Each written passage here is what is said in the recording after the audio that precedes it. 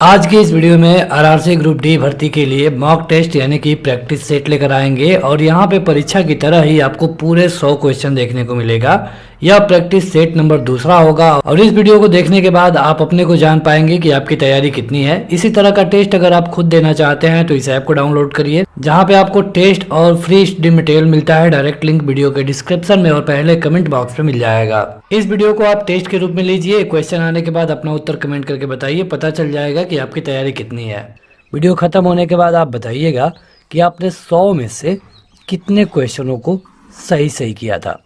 शुरू करते हैं। पहला क्वेश्चन है कोडिंग डिकोडिंग का कि BACE को ONPR कहा जाता है, तो बताइए कि JIKM को क्या कहा जाएगा। तो काफ़ी आसान क्वेश्चन है, यहाँ पे हम इसे लिख देते हैं। देखिए ये कहा जा रहा है इसको, तो कह रहा है कि बताइए कि इसको क्या कहा जाएगा। हर क्वेश्चन को हम हल करेंगे, उस दौरान आपके पास जितना भी समय मिलेगा उसी के अंतर में आपको अपना उत्तर कमेंट करके बताना होगा कमेंट बॉक्स में। अब देखिए इसका होता है 2, इसका होता है 15, इसका होता है 1, इसका होता है 14, इसका होता है 3, इसका होता है 17, इसका होता है 5 और इसका होता है 18। तो यहाँ पे आप क्या देख रहे हैं, हर जगह 13 जुड़ा है, यहाँ पर भी, यहाँ पर भी और यहाँ पर भी। यानी कि आपको इसमें हर जगह क्या करना होगा, 13 ऐड कर देना है। ठीक है, तो जब 13 आप ऐड करेंगे तो जे का में जब आप 13 ऐड करेंगे तो ये हो जाएगा W। आई का होता है 9 और 9 में जब 13 ऐड करेंगे तो हो जाएगा 22 यानी कि W भी। इसके अलावा अगर आप एक और अंक आगे बढ़ें तो के का होता है 11 और 11 में जब आप 13 ऐड करेंगे तो हो जाएगा 24 यानी कि 24 को आप क्या कहते हैं, X। अब मिलाइए कोई भी ऑप्शन जो कि इतना उसमें से मिल रहा हो, तो बस एक ही ऑप्शन मिलेगा आपको, ये वाला, यानी कि पहले क्वेश्चन का उत्तर है ऑप्शन नंबर 3। आगे बढ़ते हैं तो अगला क्वेश्चन है कि 122 संबंधे 170, तो 290 संबंधे क्या होगा। तो काफ़ी अच्छा क्वेश्चन है, आप भी हल करिए।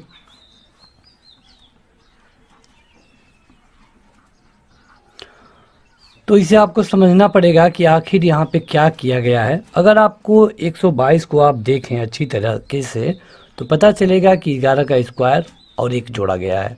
अगर आप इसको देखेंगे तो 13 का स्क्वायर और 1 जोड़ा गया है।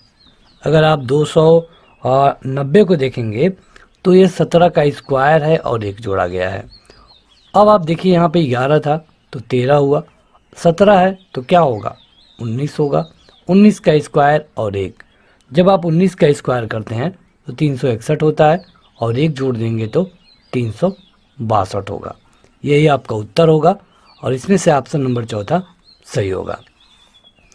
यहाँ पे देखिए एक तीसरा क्वेश्चन जो कि मैथ का है। कुल मिलाकर के एक बेन आरेख दिया गया है और इसमें कुल मिलाकर के 500 परीक्षार्थी हैं। 3 विषय है, भौतिक विज्ञान, रसायन विज्ञान और गणित।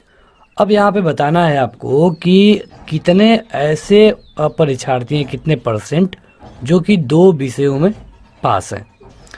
तो यहाँ पे सबसे पहले देखिए आपको बता दिया गया है कि 500 परीक्षार्थी हैं टोटल, और ऐसे लोगों का परसेंटेज ज्ञात करना है जो कि 2 विषयों में पास हैं। तो देखिए अगर इसमें से अगर आप 2 विषयों वालों को देखेंगे तो एक ये है, केवल 2 वालों को देखना है, एक ये है और एक ये है, बस यही तो है। इसके अलावा कोई भी नंबर ऐसा नहीं है जो कि 2 में कॉमन है। आप जिस 11 को देख रहे हैं ये 2 में नहीं, ये तीनों में कॉमन है। हमें केवल ऐसे लोगों को लेना है जो कि केवल 2 विषयों में पास हो। इन्हें ऐड करिए, 12, 15 और इसके अलावा 13, तो ये होगा 27 और 27 में 13 जोड़ देंगे हो जाएगा 40। अब बस यही ज्ञात कर देना है कि 40 500 का कितना परसेंट है। तो करेंगे क्या, 40 बटे 500 गुणे 100। 40 500 का कितना परसेंट है यही निकालना था, यानी कि 40 बटे 500 गुणे 100। 2 जीरो से 2 जीरो कैंसिल और इससे आप इसको कटा देंगे तो हो जाएगा 8, यानी कि सही उत्तर होगा ऑप्शन नंबर पहला। क्वेश्चन नंबर तीसरे के लिए ऑप्शन नंबर पहला सही है। आगे बढ़ते हैं तो अगला क्वेश्चन है कि पदार्थ की चौथी अवस्था कौन सी होती है। देखिए, पदार्थ के 3 अवस्थाओं के बारे में आपको पता है, लेकिन जो पदार्थ की चौथी अवस्था होती है ये होती है प्लाज्मा। आगे बढ़ते हैं तो 5वां क्वेश्चन है कि भारत में तुगलक वंश के बाद कौन से वंश ने शासन किया। देखिए, तुगलक के बारे में आप बात करेंगे तो तुगलक जो मुगल के काफ़ी पहले आए थे, और जो गुलाम वंश है उनके बाद, यानी गुलाम के बाद खिलजी आता है, खिलजी के बाद तुगलक आता है। लेकिन क्वेश्चन में पूछा गया है कि तुगलक के बाद कौन से आए थे, तो तुगलक के बाद बस एक ही वंश आया और ये था सैयद। ऑप्शन नंबर चौथा सही होगा। 6वां क्वेश्चन है कि ए और बी एक बिंदु से विपरीत दिशाओं में चलना शुरू करते हैं। दोनों 5 किलोमीटर चल करके अपने दाएं मुड़ते हैं और 7 किलोमीटर चले। उसके बाद फिर वो दाएं मुड़ गए और 5 किलोमीटर चले। परिणाम स्वरूप दोनों एक दूसरे से कितनी दूरी पर है। तो आप भी हल करिए, और अगर आपका उत्तर हमसे पहले आता है तो कमेंट करके ज़रूर बताएं। देखिए, इस वीडियो को अगर आप पूरा देखेंगे तो आपको यही बेनिफिट होगा कि आपको ये पता चलेगा कि आपकी तैयारी ग्रुप डी के लिए या फिर किसी भी ऐसे एग्ज़ाम के लिए कैसी है। तो हल करते हैं। मान लेते हैं कि वो पॉइंट ये है और इस पॉइंट से ए और बी विपरीत दिशा में चलना शुरू कर रहे हैं। यहाँ से चलता है इधर ए और यहाँ से चलता है इधर बी। दोनों कितने चले? 5 किलोमीटर, यानी कि 5 किलोमीटर ये, 5 किलोमीटर ये।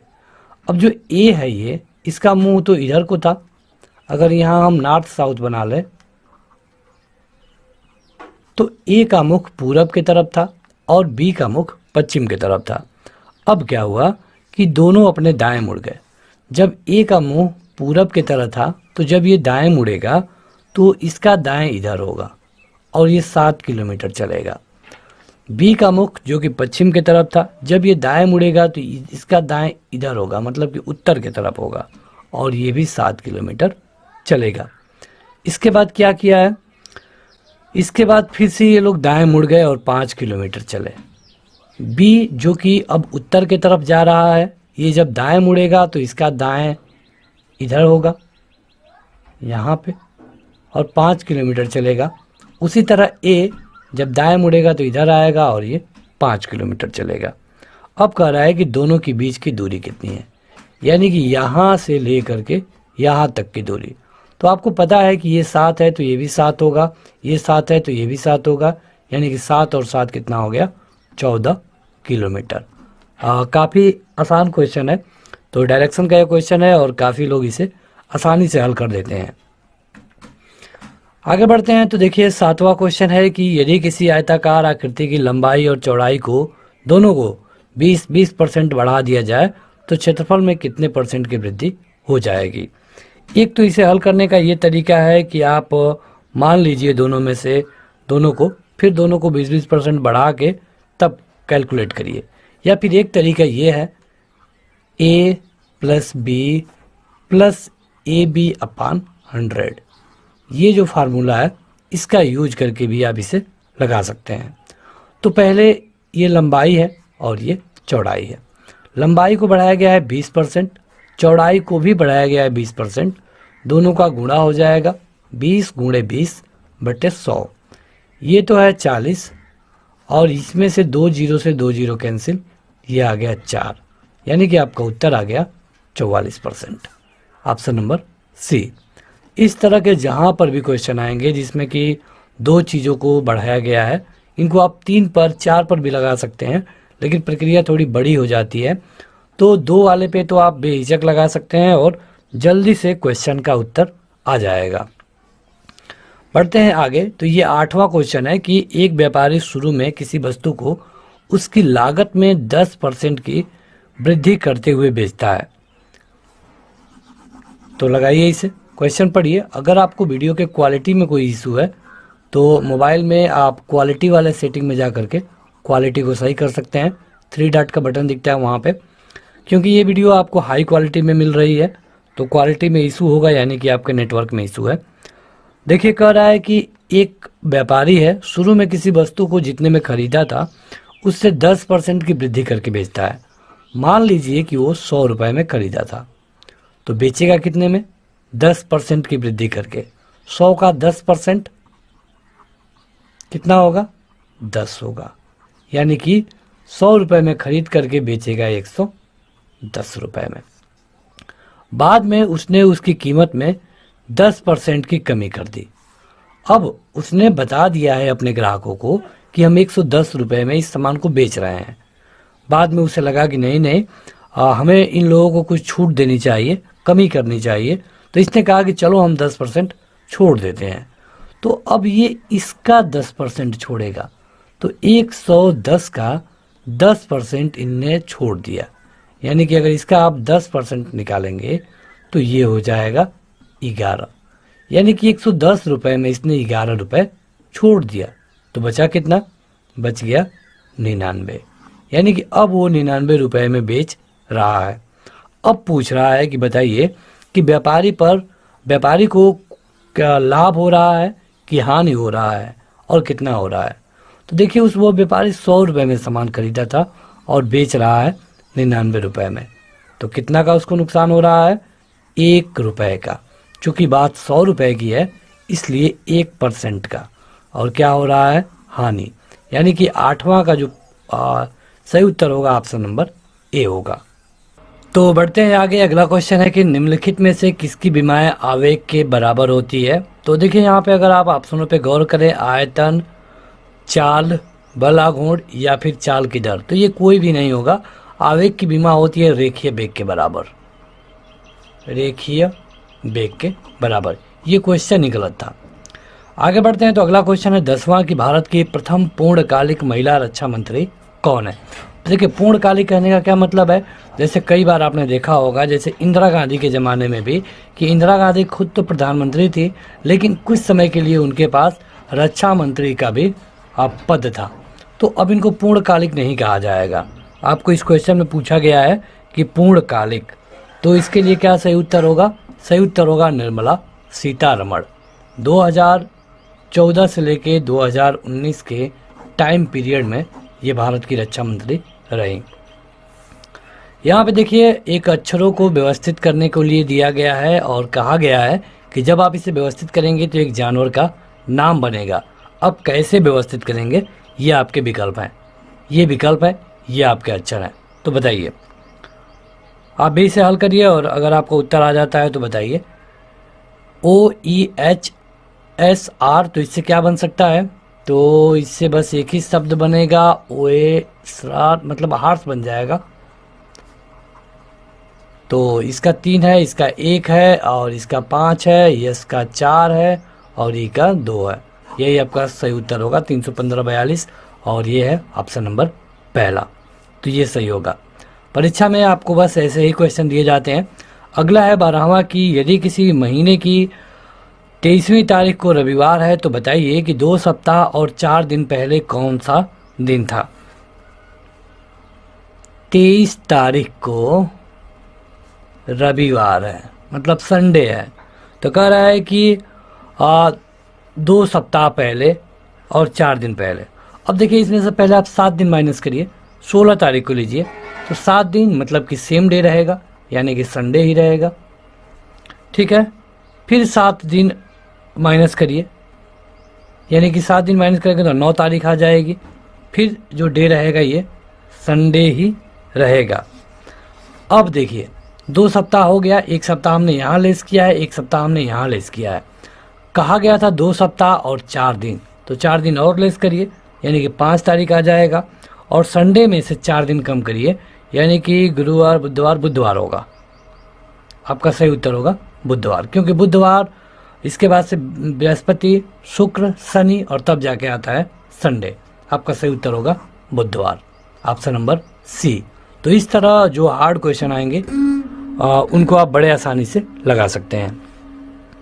आगे बढ़ते हैं। अगला क्वेश्चन है कि चक्रवृद्धि ब्याज पर एक धन 5 वर्ष में 2 गुना हो जाता है तो बताइए कि कितने वर्ष में वो अपने का 8 गुना हो जाएगा। देखिए यहाँ पे x है धन, 5 वर्ष में 2 गुना हो जाता है। कितना में? 5 वर्ष में। अब ये हो गया है 2x। अब 5 वर्ष फिर से बीतेगा तो क्या हो जाएगा? 4x। अब ये हो गया है 4x। 5 वर्ष फिर से बीतेगा तो कितना हो जाएगा 8x। शुरू में धन कितना था x था, अब कितना हो गया है 8x हो गया है, मतलब 8 गुना हो गया है। कितना समय लगा 5 साल ये, 5 साल ये और 5 साल ये, यानी कि 5 15। ऑप्शन नंबर सी सही होगा। मानव शरीर में सबसे लंबी सिरा कौन सी होती है बताइए। सबसे लंबी सिरा जो कि इसका काम रक्त को उल्टा प्रवाहित करने से रोकना होता है और ये होगा ग्रेट सैफिनस सिरा। अगला क्वेश्चन है 15वां कि हंगुल परियोजना का संबंध किससे है। जम्मू कश्मीर का ये क्वेश्चन है। तो हंगुल परियोजना का संबंध है जो हिरण की एक प्रजाति है संकटग्रस्त, उसको बचाने के लिए हंगुल परियोजना। आगे बढ़ते हैं 16वां क्वेश्चन की यदि धन का अर्थ गुणा है, घटाने का अर्थ भाग है, गुणे का अर्थ प्लस है और भगे का अर्थ माइनस है, तो बताइए कि जो ये व्यंजक दिया गया है इसकी वैल्यू क्या होगी। तो इसे तो हल ही करना पड़ेगा, आप भी हल करिए। देखिए आप वीडियो को पूरा देखेंगे तभी आपको ज़्यादा से ज़्यादा बेनिफिट होगा। यहाँ पे करना क्या था कि जो धन था उसके जगह पे गुणा लिख देना था, जो भाग थी उसकी जगह पे माइनस लिख देना था और जो माइनस था उसके जगह पे भाग लिख देना था और जो गुणे था इसके जगह पे धन लिख देना था। अब आप इसको पहले हल करेंगे, ये हो जाएगा 16 और ये 3 और ये 7। अगर आप इसमें से घटा दें तो हो जाएगा 13 और 13 और 7 कितना होता है 20। आपका सही उत्तर होगा ऑप्शन नंबर तीसरा। तो काफ़ी आसान क्वेश्चन है ये। आगे बढ़ते हैं तो देखिए ये थोड़ा बड़ा क्वेश्चन होगा। यदि दो बैंकों से 1000 रुपये 2 वर्षों के बाद प्राप्त साधारण ब्याज का अंतर 5 रुपये है तो बताइए कि उनकी ब्याज दरों में कितने का अंतर है। मतलब कि दो बैंकों से 1,000 रुपये लिए गए हैं, लेकिन जब उनके साधारण ब्याज दिया जाता है तो देखा जाता है कि उन दोनों के बीच में 2 वर्षों के अंतराल में 5 रुपये का अंतर है। तो पूछा गया है कि बताइए कि उनके ब्याज में कितने का अंतर होगा। मान लीजिए एक का ब्याज x1 है और दूसरे का ब्याज x2 है, ठीक है। अब पहले बैंक से भी 1000 रुपये लिए गए थे, x1 कितने समय के लिए 2 साल के लिए। ये फार्मूला होता है P मूलधन गुणे दर गुणे समय बटा 100। और दूसरे से भी हमने 1000 रुपये लिए थे x2 पे और कितने समय के लिए 2 साल के लिए, और आया ये कितना अंतर 5 रुपये। बस यही है समीकरण। अगर आप इस समीकरण को हल कर दें तो आसानी से ये हो जाएगा। अब देखिए इसमें से आपको कॉमन लेना पड़ेगा 1000 गुणे 2 बटे 100। जब आप ये कॉमन ले लेंगे तो बचेगा क्या x1 माइनस x2 5। अब यहाँ 2 जीरो से 2 जीरो कैंसिल, बच गया 20। तो 20 बच गया तो आप चाहें तो x माइनस x2 बराबर है 5 बटा 20 कर सकते हैं और ये हो जाएगा 0.25%। देखिए अगर कोई ऑप्शन है तो, और ये है चौथा नंबर का ऑप्शन, यानी कि उन दोनों के ब्याज में 0.25% का अंतर होगा। तो काफ़ी आसान क्वेश्चन था। आगे बढ़ते हैं, लेकिन अगर अभी तक आपने इस वीडियो को लाइक नहीं किया है तो लाइक भी ज़रूर कर दें और अपने दोस्तों में शेयर करें ताकि और भी लोग जुड़ पाएँ। क्वेश्चन है कि एक नल किसी टंकी को 16 मिनट में भर सकता है, दूसरा 24 मिनट में खाली कर सकता है। 2/3 टंकी पहले से भरी हुई है, दोनों नलों को एक साथ खोल दिया जाए तो टंकी कितने मिनट में भर जाएगी। 16 मिनट में ये भर सकता है, जो ए वाला है ये भरता है, जो दूसरा वाला है बी वाला नल ये खाली करता है और ये 24 मिनट में खाली कर देगा। अगर टंकी खाली रही होती तो कितने मिनट में भरता, पहले आप ये निकालिए। दोनों का एलसीएम हो जाएगा 48, ये हो जाएगा 16 से भाग देंगे 3, 24 से भाग देंगे 2, यानी कि कुल मिलाकर टंकी है 48 लीटर की, ठीक है। टंकी की टोटल उसका वॉल्यूम कितना है 48 लीटर। अब कह रहा है कि टंकी 2/3 पहले से भरी हुई है, यानी 48 में से 2/3 पहले से भरा हुआ है। 2/3 कितना हो गया 32 लीटर पहले से भरा हुआ है। तो कितना लीटर बाकी है, बाकी है केवल 16 लीटर। अब इस 16 लीटर को इन दोनों को एक साथ खोल के भरा जाएगा तो कितने मिनट में भर देगा। अब देखिए इतना 1 मिनट में इतना भर रहा है, इतना खाली हो रहा है, क्योंकि ये खाली वाला है और ये भरने वाला है। यानी कि 1 मिनट में 3 लीटर भरेगा, 2 लीटर खाली हो जाएगा। यानी कि टोटल 1 मिनट में केवल 1 ही लीटर उसमें बचेगा। देखिए पहली टंकी तो 3 लीटर भर देगी, दूसरी तुरंत 2 लीटर खाली कर देगी। यानी कि बचेगा केवल 1 मिनट में कितना, 1 ही लीटर। टंकी में भरना है 16 लीटर, 1 मिनट में 1 लीटर, यानी कि 16 मिनट लगेंगे। आपका ऑप्शन नंबर तीसरा सही हो जाएगा। ये क्वेश्चन थोड़ा सा बड़ा है, फिर से बता देते हैं। देखिए एक टंकी है जो कि भर रही है 16 मिनट में पूरा। अगर कोई और टंकी नहीं रहती तो ये 16 मिनट में भर देती, लेकिन वहीं पे एक और टंकी, वहाँ पे एक छेद है और वो छेद क्या करता है कि उसे 24 मिनट में भरी हुई टंकी को खाली कर देता है। अब इन दोनों से अगर हम इसे हल करेंगे तो पता चलेगा कि 48 लीटर की वो पूरी टंकी है। 48 लीटर में कहा गया है कि 2/3 पहले से भरी हुई है। 48 का 2/3 निकालेंगे तो पता चल गया कि 32 होता है। यानी कि 48 में से 32 पहले से भरा हुआ है, यानी कि केवल 16 लीटर भरना बाकी है। 3 लीटर 1 मिनट में भरेगा, 2 लीटर खाली हो जाएगा। मतलब रिजल्ट की बात करें तो टंकी में 1 मिनट में 1 ही लीटर पानी बचेगा और यही एक एक लीटर 16 मिनट में बाकी टंकी भर जाएगी। आपका उत्तर 16 होगा। जल जमाव वाले क्षेत्र में किस प्रकार के वन पाए जाते हैं, यह आपको बताना है।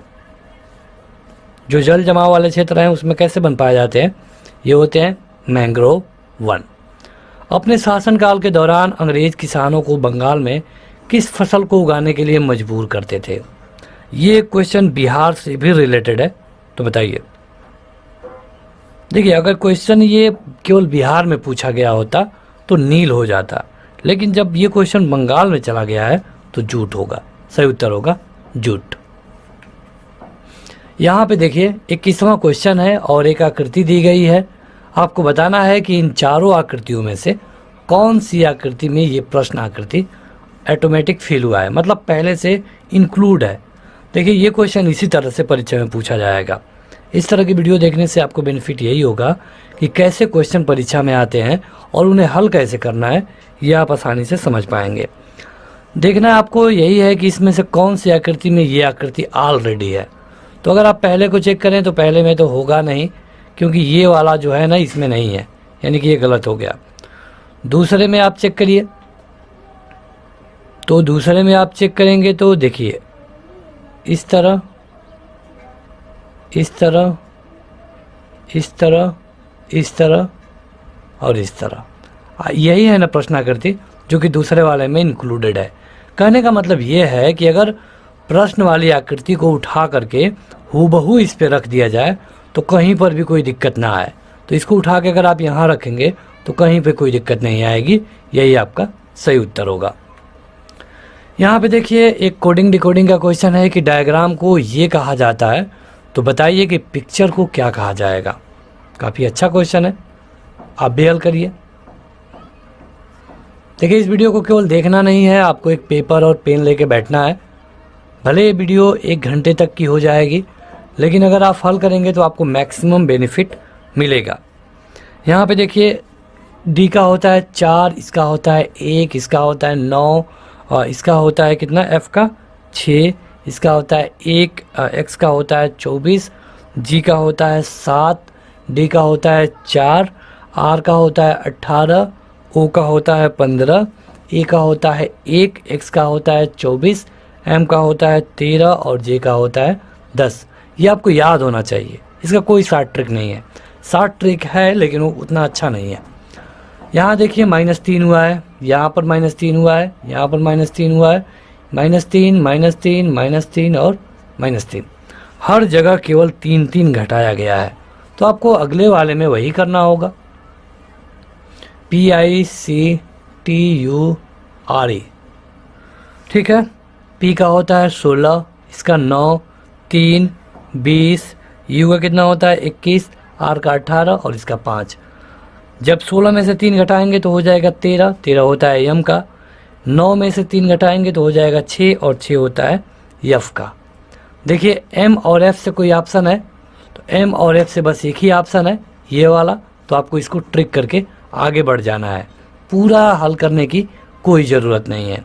बाय द वे अगर 2 में एम एफ मिलता तो आप 1-2 वर्ड और आगे हल करते। तो अगला क्वेश्चन देखिए और हल करिए, बढ़ते हैं हम आगे। क्वेश्चन है कि स्थिर जल में नाव की गति 22 किलोमीटर प्रति घंटा है। यदि प्रवाह की दिशा में उसकी गति 24 किलोमीटर प्रति घंटा हो जाती है तो बताइए कि प्रवाह के विपरीत उसकी गति क्या होगी। देखिए अगर पानी रुका हुआ है तो केवल नाव की गति है 22 किलोमीटर प्रति घंटा। यदि पानी के दिशा में, जब पानी चल रहा है उस दिशा में बोट प्लस वाटर 24 किलोमीटर प्रति घंटा, तो इससे आपको क्या पता चल रहा है कि पानी की जो चाल होगी 2 किलोमीटर प्रति घंटा होगी। ये तो काफ़ी बेसिक क्वेश्चन है कि जब इसकी 2 होगी, इसकी 22 है, तो दोनों जब एक दिशा में जाएंगे तो 24 हो जाएगा। अब कह रहा है कि पानी के उल्टे दिशा में बताइए, तो पानी के उल्टे दिशा में यानी कि नाव में से पानी को घटा लेना है। नाव का है 22, पानी का है 2, आपका सही उत्तर हो जाएगा 20 किलोमीटर प्रति घंटा, यानी कि आपका पहला वाला ऑप्शन सही होगा। तो बढ़ते हैं आगे और ये है 24वां क्वेश्चन और पूछा गया है कि प्रोलाग शब्द का संबंध किससे है। प्रोलाग, प्रोलाग क्या है ये आपको बताना है। देखिए इसके लिए सही उत्तर होगा कंप्यूटर, क्योंकि जो प्रोलाग है कंप्यूटर की एक भाषा है। 1973 में इसके बारे में बताया गया था। 25वां क्वेश्चन है कि सूर्य भूमध्य रेखा पर ऊर्ध्वाधर कब चमकता है। ये आपके विकल्प है और 5 सेकंड में इस तरह के क्वेश्चनों का उत्तर बता दिया करिए। देखिए ये चमकता है पहली बार कब, 21 मार्च को, ठीक है। इसके बाद एक बार और चमकता है 23 सितंबर को, ठीक है। यानी कि आपका उत्तर क्या होगा, वर्ष भर में 2 बार। ऑप्शन नंबर तीसरा सही होगा।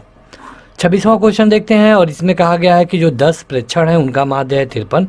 गलती से एक प्रेक्षण में 45 को 54 लिख दिया गया है। अब बताइए कि इसके बाद जो सही माध्य होगा ये क्या होगा, बताइए। पहले माध्य था 53, ठीक है। यानी कि अगर आप सबको ऐड करें तो 53 में 10 का गुणा करेंगे, ये हो जाएगा 530। पता क्या चला कि जो 530 आया है ना, उसमें आपने 54 लिख दिया है 45 को, यानी 54 को घटा दीजिए और 45 को लिखा है यानी 45 को जोड़ दीजिए। लेकिन माध्य तो 10 ही रहेंगे, मतलब जो संख्या है उनकी 10 ही रहेगी, तो 10 से भाग दे दीजिए। तो ये काफ़ी आसान हो गया। यहाँ पे 9 माइनस हो जाएगा यानी कि 521 हो जाएगा बटे 10 हो जाएगा 52.1, 52.10, यही वाला सही उत्तर होगा। काफ़ी आसान क्वेश्चन था। यहाँ पे देखिए एक कंटेनर में 80 लीटर दूध था। इस कंटेनर से 8 लीटर दूध निकाल करके उसी मात्रा में पानी भर दिया जाता है। इस प्रक्रिया को 2 बार किया जाता है, तो बताइए कि कंटेनर में कितना दूध बचेगा। देखिए काफ़ी आसान क्वेश्चन है और अगर इसका एक ट्रिक भी है, लेकिन ट्रिक जानने के लिए आपको याद करना पड़ता है। यहाँ पे आपको इसे हम बेसिक तरीके से बताएंगे। देखिए बिलियन में जो दूध की मात्रा बचती है उसके लिए जो फार्मूला है, इसमें हम दूध की जो प्रारंभिक मात्रा होती है उसको P मान लें, ठीक है। जितना दूध निकाला गया उसको Q मान लेते हैं, ठीक है। और इसके अलावा कितने बार निकाला गया, ये इसका शॉर्ट ट्रिक हम बता रहे हैं, उसको यहाँ पे लिखना होता है और बटे में लिखना होता है कि दूध की प्रारंभिक मात्रा कितनी थी। ये इस तरह का जब भी क्वेश्चन पूछा जाएगा आपको यही वाला फार्मूला यूज करना है। अब देखिए P की वैल्यू क्या है, शुरू में कितना दूध था 80 लीटर, Q कितना निकाला गया 8 लीटर, N कितने बार दोहराया गया, तो कितने बार दोहराया गया 2 बार। लेकिन यहाँ पे एक शब्द है पुनः 2 बार, यानी कि एक बार पहले दोहराया गया और उसके बाद पुनः 2 बार, यानी कि कुल मिलाकर के 3 बार। तो N का वैल्यू हो गया 3। अब आप इसे इस पे रख दीजिए, 80 माइनस 8/80 और यहाँ पे हो गया 3। हल करेंगे हो जाएगा 72, 80 और 3। अब 9/10 3 यानी कि हो जाएगा 729/1000। ठीक है, जब 729/1000 होगा तो अब क्या कर रहा है कि कंटेनर में जो दूध का स्तर गिर जाएगा तो उसमें दूध की मात्रा कितनी बचेगी। तो 729/1000 गुणे टोटल दूध कितना था 80। अब आप इसे हल करिए, आप इसे हल करेंगे तो आपका इसमें से कोई ना कोई एक उत्तर आ जाएगा। चलिए हल करते हैं। लगभग इतना होगा 5 8 3 2, यही वाला होगा। ऑप्शन नंबर पहला सही होगा। तो आप फार्मूला समझ लीजिए क्या है, P माइनस क्यू बटे पी का पावर n। P मतलब कि प्रारंभिक कितना दूध था, Q मतलब कितना निकाला गया और n मतलब कि कितनी बार ये प्रक्रिया की गई। अगला क्वेश्चन है कि यदि एबल को 5 3 2 4 लिखा जाता है, बिंगो को 3 6 1 7 8 लिखा जाता है, तो बताइए कि बंगाल को क्या लिखा जाएगा। जब इस तरह 2 बार आपको दिया गया हो तो ये काफ़ी आसान हो जाता है। जैसे कि 5 3 2 4 बिंगो, 3 6 1 7 8। अब आप इस तरह के क्वेश्चन में जब 2 अक्षरों का दिया गया हो तो एक चीज़ एक बार तुरंत मिला लिया करिए कि कोई अक्षर क्या इसमें कॉमन है। तो देखिए कॉमन क्या है, बी कॉमन है। बी की वैल्यू यहाँ पर भी 3 थी, बी की वैल्यू यहाँ पर भी 3 है। यानी कि आप इतना श्योर हो सकते हैं कि जो जिसके सामने है वही लिखा गया है। अगर एक भी नहीं मिलेगा तो उस तरह में आपको अब कोई ना कोई कोडिंग करना पड़ेगा, लेकिन जब एक भी मिल गया तो आपको चांसेस ये हैं कि कोडिंग ना करना पड़े, यानी कि जो जिसके सामने है वही होगा। पूछा गया है इसका, तो बी का होता है 3, ए का होता है 5, एन का होता है 1, जी का होता है 7, एल का 2 और ई का 4। यही सही उत्तर होगा 35 17 24 और ऑप्शन नंबर पहला सही है।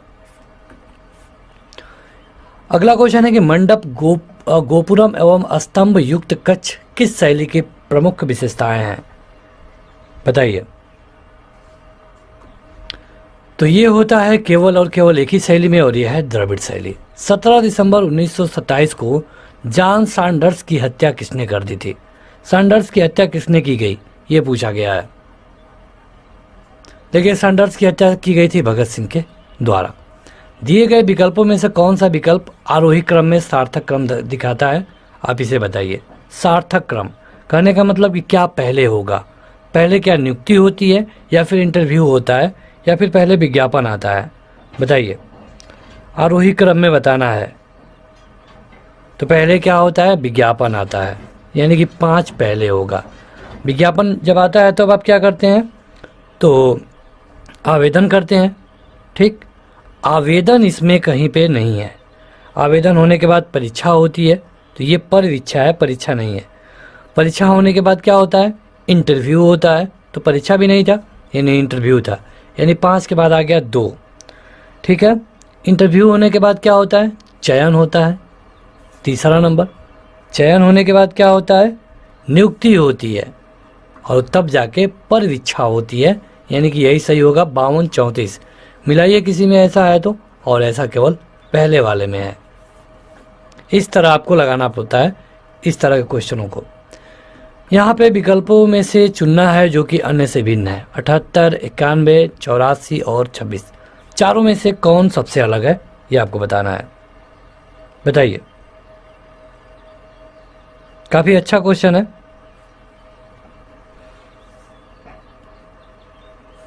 ये 12 13 13, देखिए 13 से ये विभाजित हैं, ये भी विभाजित है, ये भी विभाजित है, ये विभाजित नहीं है, ये भी विभाजित है, यानी कि आपका ऑप्शन नंबर तीसरा होगा। ये केवल 13 से नहीं कट रहा है, बाकी सभी कट जाते हैं, आप खुद भी चेक कर सकते हैं। 33 नंबर को देखते हैं कि साइन x बराबर cos y है, कोण x और y न्यून कोण है, तो x और y के बीच में क्या संबंध होगा। तो ये अच्छा क्वेश्चन है, साइन एक्स बराबर है कास वाई, और एक्स और वाई न्यून कोण है। तो आपसे कहा गया है कि बताइए कि इन दोनों के बीच में क्या संबंध है। देखिए, अगर आप इसको लिखना चाहें तो लिख सकते हैं साइन एक्स बराबर है, इसको भी साइन लिख सकते हैं कब, 90 माइनस वाई। ठीक है, यहाँ पे एक चीज़ आप ध्यान रखिए कि ये दोनों न्यून कोण है, और जब न्यून कोण है तो साइन से साइन कट जाएगा, x बराबर हो जाएगा 90 माइनस वाई। अब x प्लस वाई बराबर हो जाएगा 90, और 90 को हम क्या कहते हैं, पाई बाई 2, यानी x प्लस वाई बराबर है पाई बाई 2। ये है कहीं पे तो ये सही होगा, और ये है ऑप्शन नंबर तीसरा में। आगे है कि ब्रिक्स देश का सदस्य कौन नहीं है। ब्रिक्स का, ब्रिक्स में देखिए 5 देश हैं, कौन कौन, ब्राजील, रूस, इंडिया, चाइना और साउथ अफ्रीका, यही 5 देश है। तो देखिए इसमें से कौन ऑप्शन में नहीं है, ये होगा ब्रिटेन। यहाँ पे है 35वां क्वेश्चन कि इनमें से कौन से अधिकार क्षेत्र के तहत कोई भी व्यक्ति जिसके मौलिक अधिकारों का उल्लंघन हुआ है समाधान के लिए सर्वोच्च न्यायालय जा सकता है। जिसके मौलिक अधिकारों का उल्लंघन हुआ है वो सर्वोच्च न्यायालय जा सकता है। तो इसको कौन सा पावर मिलता है, किस पावर के तहत, तो ये होता है कि अगर उनके मूल न्यायिक क्षेत्र का ये पावर होता है, यानी कि इसके लिए पहला वाला ऑप्शन सही होगा। यहाँ पे देखिए 2 क्वेश्चन 36 और 37 को हल करना है इस सारणी को देख करके। ये जो टेबल है इसको देखना है, और टेबल में क्या दिया गया है कि 8 जो अभ्यर्थी हैं ये 20 से कम अंक पाए हैं इतिहास में, 10 अभ्यर्थी अंग्रेजी में 20 से कम पाए हैं, 20 अभ्यर्थी 30 से कम पाए हैं इतिहास में, अंग्रेजी में 32 अभ्यर्थी 30 से कम पाए हैं। यही डेटा दिया गया है। क्वेश्चन है कि इतिहास में अधिकतम अभ्यर्थियों को किस सीमा में अंक मिले हैं। इतिहास में बताइए, इतिहास में, तो इतिहास में आप देखिए कि कितने हैं जिनको कि कम अंक मिला है। अगर हम इसको लिखना शुरू कर दें 20 से लेके 29, तो इसमें अभ्यर्थियों की संख्या कितनी है इन दोनों के बीच, 20 से 29, क्योंकि 30 से कम ही होना चाहिए। तो इसमें अभ्यर्थी कितने हैं, 12। 30 से 39, इसमें अभ्यर्थी कितने हैं, 30। 40 से 49, इसमें अभ्यर्थी कितने हैं, 25। 50 से 59, इसमें अभ्यर्थी कितने हैं, 15। 60 से 74, इसमें अभ्यर्थी कितने हैं, 10। अब कह रहा है कि बताइए कि इतिहास में अधिकतम अभ्यर्थियों को किस सीमा में अंक प्राप्त हुए हैं। अधिकतम अभ्यर्थियों को किस सीमा में अंक प्राप्त हुए हैं, तो यहाँ पे आपका जो सही उत्तर होगा ये होगा अधिकतम, यानी कि 30, इसी में मिले हैं, यानी कि ऑप्शन नंबर दूसरा सही होगा। अभ्यर्थियों का निष्पादन अंग्रेजी में बेहतर रहा, ये सत्य है कि सत्य नहीं है। तो देखिए ये कुछ हद तक सत्य है लेकिन पूरा सत्य नहीं है, यानी कि ऑप्शन नंबर तीसरा इसका सही होगा, अंशतः सत्य है। यहाँ पे देखिए 4 शब्द दिए गए हैं, अनुच्छेद, शब्द, वाक्य और वृत्त। इनमें से कौन अलग है ये आपको बताना है, बताइए। अनुच्छेद, शब्द और वाक्य ये तीनों अलग हैं, लेकिन जो वृत्त है ये मैथ से रिलेटेड है, यानी कि यही सबसे अलग होगा। वह पठार कौन सा है जिसमें पश्चिम और पूर्व दोनों की ओर बहने वाली जल निकास प्रणाली होती है। जीके वाले क्वेश्चनों पे आपको 5 सेकंड से अधिक नहीं मिलेगा। अगर आपको उत्तर पता है तो तुरंत कमेंट करके बताइए। पश्चिम और पूर्व दोनों ओर, और ये उसके लिए सही उत्तर होगा मालवा। 2022 में जो फीफा वर्ल्ड कप होगा ये किस देश में होगा, बताइए। कतर में दोहा कतर। तो क्वेश्चन है 41वां, ये वाला क्वेश्चन आपने देख लिया था। 41वां में है कि एक मैदान में कुछ बत्तख और कुछ बकरे हैं, कुल मिलाकर के 77 सिर हैं, 224 पैर हैं, तो बताइए कि बत्तखों की संख्या कितनी होगी। तो काफ़ी आसान क्वेश्चन है। मान लेते हैं कि जो बत्तख है यानी डक है उनकी संख्या x है, और बकरों यानी कि गोट है इनकी संख्या y है। दोनों को आप जोड़ेंगे तो हो जाना चाहिए 77। अब कह रहा है कि अगर हम ये जो बत्तख होते हैं इनके 2 पैर होते हैं, बकरों के 4 पैर होते हैं, तो ये हो जाएगा 2x धन 4y बराबर है। ठीक है, यहाँ पे कितना दिया है पैर 224। अब ये समीकरण नंबर 1 हो गया, समीकरण नंबर 2 हो गया। समीकरण नंबर 1 में आपको 2 से गुणा करना पड़ेगा, फिर ये 2x 2y हो जाएगा, और अगर आप कटाए पिटाएंगे तो आपका उत्तर आ जाएगा, जिसमें कि x की वैल्यू आएगी 42 और y का वैल्यू आएगा 35। यानी कि हमें x ही पूछा गया था और सही उत्तर होगा ऑप्शन नंबर पहला। तो ये इसका सही तरीका है। हालांकि इसका एक और तरीका है मिश्रण वाला, लेकिन इस तरह भी आप आसानी से हल कर सकते हैं। यहाँ पे देखिए 42वां क्वेश्चन है, और यहाँ पे एक श्रेणी दी गई है। आपको यहाँ पे पता लगाना है कि क्या भरा जाएगा। CEHLDFIMEGZN, तो यहाँ पे आपको बताना है। यहाँ पे हम लिख देते हैं, बताइए, आपके विकल्प भी आपकी स्क्रीन पर है। तो क्या होगा ये आपको बताना है। यहाँ पे हम मैक्सिमम आपको 1 मिनट दे सकते हैं। यहाँ देखिए C से D में गया है तो 1 बड़ा है, E से F में गया है 1 बड़ा है, H से I में गया है 1 बड़ा है, L से M में गया है 1 बड़ा है। D से अगर हम देखें तो E में गया है 1 बड़ा है, F से G में गया है 1 बड़ा है, I के बाद J आता है और M के बाद 1 आता है। मतलब कि बस एक एक सब में बढ़ाना है। तो अब आपको E के बाद देखना पड़ेगा, तो E के बाद आता है F, G के बाद आता है H, और देखिए E, F और H किस में है, तो F और H केवल एक ही विकल्प में है, और आप आसानी से इसको ट्रिक करके आगे बढ़ सकते हैं। कितना आसान क्वेश्चन था। 43वां देखते हैं, जो कि कुछ इस तरह का है। तो इसका मान बताना है। काफ़ी अच्छा क्वेश्चन है ये। देखिए, अगर इसको हम लिखें 2 के पावर 4 धन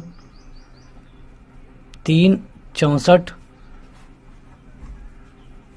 2 का पावर 8, तो इसे आप करेंगे तो ये हो जाएगा 16 धन, अगर इसको आप करें तो ये 4 बाहर निकल जाएगा क्योंकि ये घन है, यानी कि 4, और उसी तरह इसको आप करेंगे तो ये हो जाएगा 2 के पावर 8 यानी कि 256। अब यहाँ पे इसमें से 4 निकल जाएगा और ये 4 है, और उसी तरह यहाँ से भी 4 ही निकलेगा, यानी कि 4 4 8 और 4 12। काफ़ी आसान क्वेश्चन था, इसके लिए ऑप्शन नंबर पहला सही होगा। अगला और 44वां क्वेश्चन है कि निम्नलिखित में से कौन सा डिमांड ड्राफ्ट के संदर्भ में सही नहीं है। डिमांड ड्राफ्ट के संबंध में सही नहीं है। तो देखिए, डिमांड ड्राफ्ट में क्या होता है कि इसको धन के अभाव में अस्वीकृत किया जा सकता है। देखिए, डिमांड वाले में ऐसा कुछ होता नहीं है, तो यही आपके सही नहीं होगा ये वाला।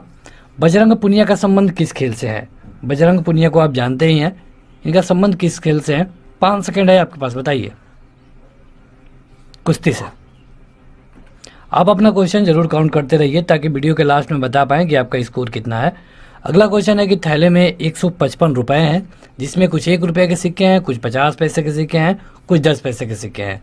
अब इनका अनुपात भी दे दिया है 3, 5 और 7 के अनुपात में। बताना है कि थैले में कुल कितने सिक्के हैं। काफ़ी अच्छा क्वेश्चन है, कई तरह के क्वेश्चन पूछे जाते हैं। मतलब देखिए, 1 रुपया वाला जो सिक्का होगा ये 3 होगा, 50 पैसे वाला जो सिक्का होगा ये तब 5 हो जाएगा, और 10 पैसे वाला सिक्का होगा ये 7 हो जाएगा। इनका ये रेशियो मेंटेन करके रखना है, ठीक है। इनका ये अनुपात है, तो यहाँ पे हम पी लिख लेंगे अपने मन से। अब देखिए, अगर 1 रुपये वाला सिक्का 1 रुपये वाला सिक्का 3 होगा तो कितना होगा, 3 रुपये होगा, 3p लिख देंगे। अगर 50 पैसे वाला सिक्का 5 होगा तो कितना होगा, 50 पैसे वाला सिक्का 50 पैसे का सिक्का है, 5 है, और हमें इसे बदलना है रुपए में, क्योंकि ये 50 पैसा था, यहाँ पे इस तरह था, यहाँ पे 2 अंक दशमलव को हम इधर ले जाना चाहते हैं, तो हमें यहाँ पे 100 से भाग देना पड़ेगा। उसी तरह यहाँ पे 10 पैसे के सिक्के हैं, इनकी संख्या 7 होगी, तो यहाँ पर भी दशमलव लगेगा, और जब हम दशमलव को हटाना चाहेंगे रुपए में बदलेंगे तो यहाँ पर भी 100 से भाग हो जाएगा। इसके बराबर कितना होगा? 155 रुपए, क्योंकि ये यहाँ पे दिया गया है। ठीक है, अब आपको इसी समीकरण को हल करना है। काफ़ी आसान क्वेश्चन है। ये हो जाएगा 300 पी धन 250 पी धन 70 पी बराबर 155 गुणे 100। जोड़ दीजिए, ये हो जाएगा 550 और 70 जोड़ देंगे तो 620 पी बराबर 155 गुणे 100। अब यहाँ से आपको पी की वैल्यू निकाल लेनी है, 155 गुणे 100। ये काफ़ी हम बड़े तरीके से कर रहे हैं, आपको इतना बड़ा करने की ज़रूरत भी नहीं है, आप इसे काफ़ी आसान तरीके से कर पाएंगे। तो इसे आप कैंसिल करिए। तो इसे आप जब कैंसिल करेंगे तो ये कितना होगा? अगर आप इसको करेंगे 6.5 और ये चला जाएगा 25 बार, यानी कि हो जाएगा 25। पी की वैल्यू कितना आ गई? 25। अब कह रहा है कि सिक्कों की संख्या कितनी है, तो हर जगह यहाँ पे 25 का गुणा कर दीजिए। ये हो जाएगा 75, ये हो जाएगा 125 और यहाँ पे 25 का गुणा करेंगे तो हो जाएगा 25 7 175। ठीक है, अब इनको जोड़िए, 300 375, यानी कि सिक्कों की संख्या हो गई 375। तो पी हमने यही माना था। तो इस तरह काफ़ी आसानी से आप इसको हल कर सकते हैं। अगर आपको समझ में नहीं आया होगा तो थोड़ा सा वीडियो को पीछे करके देख सकते हैं, 1-2 बार समझ में आ जाएगा। बढ़ते हैं अगले क्वेश्चन की तरफ, और ये है 47वां। ये प्रायिकता का क्वेश्चन है, काफ़ी अच्छे क्वेश्चन बनते हैं प्रायिकता से। क्वेश्चन है कि एक टोकरी में 5 सफ़ेद 9 काली गेंदें हैं, दूसरी टोकरी में 7 सफ़ेद और 7 काली गेंदें हैं। एक गेंद यादृच्छिक रूप से किसी भी एक टोकरी से उठाई जाती है, तो बताइए कि इस गेंद के सफ़ेद होने की प्रायिकता क्या है। यानी कि अगर आप इसको टोकरी वाइज बांट दें तो जो पहली टोकरी है उसमें एक्स, मतलब वाइट वाले को हम 1 ले रहे हैं, तो ये 5 गेंदें हैं। फिर y1 मतलब कि जो काली वाली गेंदें ये 9 गेंदें हैं। उसी तरह जो दूसरी टोकरी है उसमें सफ़ेद वाली गेंदें 7 हैं, जो दूसरी टोकरी में काली वाली गेंदें हैं उनकी संख्या 7 है। ठीक है, अब प्रायिकता पूछा गया है, तो प्रायिकता का सीधा सीधा एक फार्मूला होता है 1/2। ठीक है, इसी तरह ये मतलब 5/5 और 9 14 धन 7/7 और 7 14। ठीक है, तो 1/2 ये 14 हो जाएगा और ये 12 हो जाएगा, क्योंकि दोनों का जो हर है ये बराबर है, तो गुणे 12/14। इससे इसको आप कटा देंगे, 6 हो जाएगा और ये हो जाएगा 6/14, यानी कि 3/7। और यहाँ पे यही आपका उत्तर है। तो ये प्रायिकता है, काफ़ी बड़ा चैप्टर है। अगर आप प्रायिकता को अच्छे से नहीं समझे हैं तो जाहिर सी बात है कि ये क्वेश्चन आपको समझ में नहीं आएगा।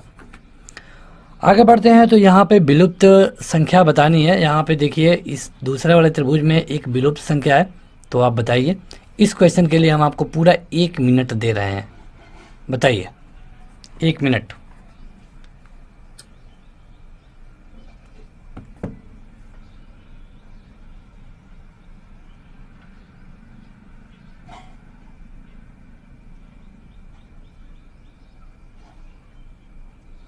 देखिए इसको अगर आप हल करना शुरू करेंगे तो यहाँ पे आपको एक चीज़ें खूब अच्छी तरीके से पता चलेगी कि अगर हम 16 में से 12 को घटा दें इसको, तो आएगा 4। 17 में से 13 को घटा दें तो आएगा 4। 18 में से 14 को घटा दें तो आएगा 4। ठीक है, इस 4 का, चाहे किसी भी 4 का 3 में, अपने मन से 3 ले लिए हैं, 3 में गुणा करने पर आपका उत्तर आ जा रहा है। उसी तरह सेम यहाँ करके देखिए तो होता है। यहाँ 5 है, यहाँ पर भी डिफरेंस 5 है, यहाँ पर भी डिफरेंस 5 है, और 5 में जो यहाँ पे हम अपने मन से 3 लाए थे उसी 3 का गुणा कर देंगे और ये हो जाएगा 5 15। इसके लिए आपका ऑप्शन नंबर पहला सही होगा। तो ये रीजनिंग का क्वेश्चन है। इसमें क्या होता है कि अगर आपको 1-2 बार में समझ में आ गया तो आ गया, नहीं तो बाद में जल्दी होता नहीं है। इस तरह क्वेश्चन को हल करने का तरीका है आपको कि अधिक से अधिक प्रैक्टिस करिए। राजेंद्र प्रथम किसका पुत्र था? राजेंद्र प्रथम, ये बात की गई है लगभग 1000 के आसपास की, तो ये पुत्र था राजम राज या फिर राजराज प्रथम का। आगे बढ़ते हैं। अगला है कि मानव द्वारा उपयोग में लाई गई पहली फसल कौन सी थी। ये तो काफ़ी अच्छा क्वेश्चन है, कई बार पूछा गया है ये परीक्षा में कि मतलब कि मानव ने किसको पहले खाया या फिर किसको यूज में लाया। तो यहाँ पे जो उत्तर जौ नहीं है, अगर जौ नहीं है तो हम गेहूं को ट्रिक करेंगे। यहाँ पे देखिए 51 नंबर का क्वेश्चन है और यहाँ पे एक कथन दिया गया है, एक पूर्वानुमान दिया गया है, आपको बताना होता है कि कौन सा सही है। कथन है कि यदि लोग बुद्धिमान हो तो उन्हें सृजनशील होना चाहिए। ये कथन है, कथन को हमेशा सही मानना होता है, ठीक है। अब जो पूर्वानुमान है, पूर्वानुमान ये है कि सृजनशीलता और बुद्धिमत्ता परस्पर संबंधित है, ठीक है। यहाँ पे जो दूसरा है कि कोई भी सृजनशील व्यक्ति बुद्धिमान नहीं होता। अब देखिए कोई कह रहा है कि यदि लोग बुद्धिमान होंगे तो उनको सृजनशील होना चाहिए, मतलब क्या है, वो क्यों ऐसा कह रहा है? वो ऐसा इसलिए कह रहा है क्योंकि उसको पता है कि जो व्यक्ति बुद्धिमान, जितना ज़्यादा बुद्धिमान होगा उतना ही ज़्यादा सृजनशील होगा।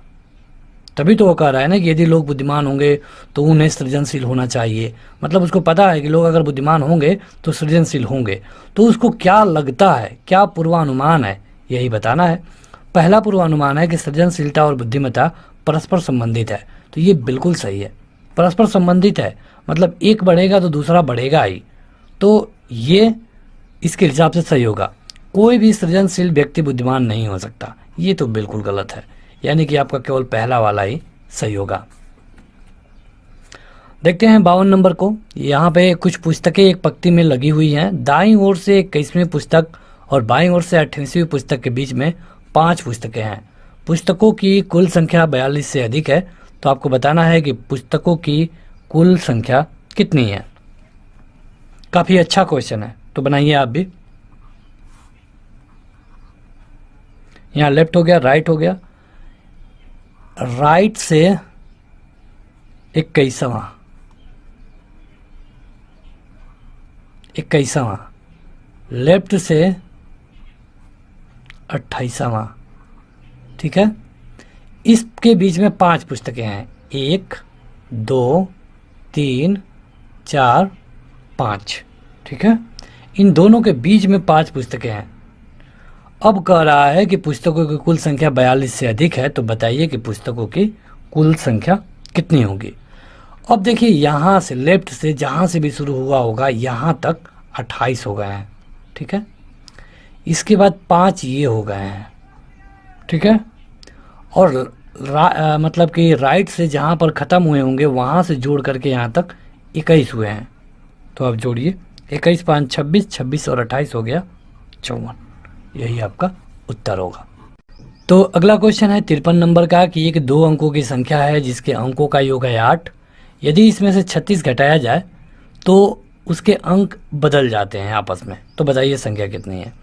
इस तरह के क्वेश्चन को आप चाहें तो समीकरण से भी लगा सकते हैं और चाहें तो ऑप्शन से। बेस्ट वही होगा कि आप ऑप्शन से ही हल करिए। सबको जोड़ करके देखिए, सबका जोड़ 8 ही आ रहा है, यानी कि पहला ट्रिक तो काम नहीं करेगा। दूसरा है कि 26 अगर इसके अंकों को बदल दिया जाए तो ये हो जाएगा 62। तो क्या 62 में से 36 घटाने पे 26 आएगा? घटा के देखिए, बिल्कुल आएगा, यानी कि यही आपका उत्तर होगा, समीकरण नंबर पहला। दूसरे को आप चेक कर लीजिए, 35 है तो इसके अगर अंकों को चेंज करेंगे तो 53 होगा। 53 में से अगर आप 36 घटाएंगे तो क्या 35 आएगा? नहीं आएगा, तो ये नहीं होगा। इसी तरह आप चाहें तो इसे हल कर सकते हैं। अगर आपको समीकरण से लगाना है तो आप इस तरह लगाइए। मान लीजिए संख्या 10x + y है, ठीक है। अब 10x + y है और जहाँ पर x + y = 8 है। अब इनको बदल करके 36 घटाइए, तो उस तरह काफ़ी बड़ी प्रक्रिया हो जाएगी। 54वां नंबर का क्वेश्चन है कि MTNL निम्नलिखित में से किस श्रेणी में आता है। जो महानगर टेलीफोन निगम लिमिटेड है ये आता है नवरत्न कंपनियों में। संयुक्त राष्ट्र महासभा की अध्यक्षा मारिया फर्नांड एस्पिनोजा किस देश से संबंधित है? ये रह चुकी हैं, तो ये है इक्वाडोर की, थी इक्वाडोर की, मतलब कि अब नहीं है, तो इसीलिए। 56 नंबर का क्वेश्चन है कि sin थीटा बराबर है -a/b, तो cos थीटा का मान बताइए। कितना आसान क्वेश्चन है, दे दिया है sin थीटा बराबर है -a/b, cos थीटा का मान पूछ रहा है, तो कास थीटा बराबर क्या होता है 1 माइनस साइन स्क्वायर थीटा। ठीक है, अब यहाँ हो गया 1, अंडर रूट में ही लिखिए। साइन का मान है माइनस ए अपान बी, तो माइनस का जब स्क्वायर होगा तो प्लस हो जाएगा, ये हो जाएगा ए प्लस बी, यानी कि हो जाएगा ये दोनों स्क्वायर में रहेंगे, यानी कि अब क्या हो जाएगा बी स्क्वायर माइनस ए स्क्वायर अपान बी स्क्वायर। जब ये जो कर्डी है ये हटेगी तो ये हो जाएगा बी स्क्वायर माइनस ए स्क्वायर अपान में बी, यानी कि नीचे कर्डी नहीं है। और अगर आप मिलाएंगे तो आपको एक विकल्प सही भी मिलेगा और ये है चौथा। 7 भुजाओं वाले एक बहुभुज के सभी आंतरिक कोणों का योग कितना होगा? कितना आसान क्वेश्चन है। 7 भुजाओं वाले आंतरिक कोण है तो आंतरिक कोण का योग हमेशा होता है 2n minus 4 into 90, 2n minus 4 into 90, जहाँ n की वैल्यू है 7। ये फार्मूला है, ये आपको याद होना चाहिए। -4 गुणे 90, यानी कि ये हो जाएगा 10, 14 4 10, मतलब कि 900। ये आपका उत्तर होगा 900। ये फार्मूला है, इसको याद रखिएगा। 58 नंबर है कि ए बी का पिता है, बी सी का भाई है, डी ए की माँ है, तो डी का सी से क्या संबंध है, ये आपको बताना है।